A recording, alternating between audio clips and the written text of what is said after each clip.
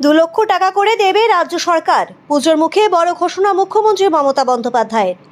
Man-made বন্যা, ফের একবার রাজ্যে বন্যা পরিস্থিতির জন্য ডিভিসিকে তোপ দাগলেন মুখ্যমন্ত্রী মমতা বন্দ্যোপাধ্যায়।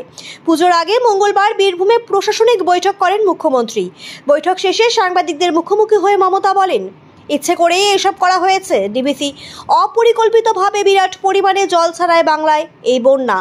এরপরে বন্যায় মৃতদের পরিবারকে আর্থিক ক্ষতিপূরণের ঘোষণা করেন মমতা। সোমবার পূর্ব বর্ধমানের প্রশাসনিক সভা ছিল মমতার। সেখান থেকে রাজ্যের বন্যা পরিস্থিতি নিয়ে কেন্দ্রীয় সরকারকে দোষে মমতা বলেছিলেন, কেন্দ্রীয় সরকার ভোটের জন্য যে পরিমাণ টাকা খরচ করে তার 1% রাজ্যকে দিলে এই প্রতিকূল পরিস্থিতির সামলাতে সুবিধা হতো। তবে মমতা এও পরিষ্কার করে দেন যে কেন্দ্র পাশে না থাকলেও রাজ্য নিজের চেষ্টায় ক্ষতিগ্রস্ত মানুষগুলোর জন্য সাহায্যের ব্যবস্থা করবে।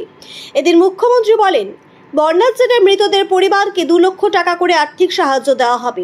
বন্যায় যাদের বাড়িঘর ভেসে গিয়েছে তাদের বাড়িঘরও তৈরি করে দেবে সরকার।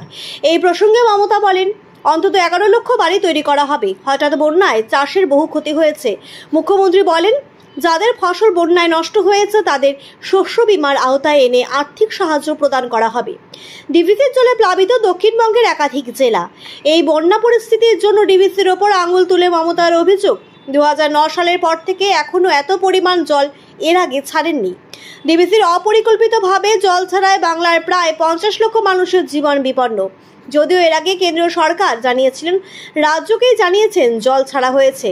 ওদিকে মমতার দাবি, কোনো সতর্ক বার্তা দেওয়া হয়নি। ডিভিসি নিজের একতরফা সিদ্ধান্তে জল ছাড়ে।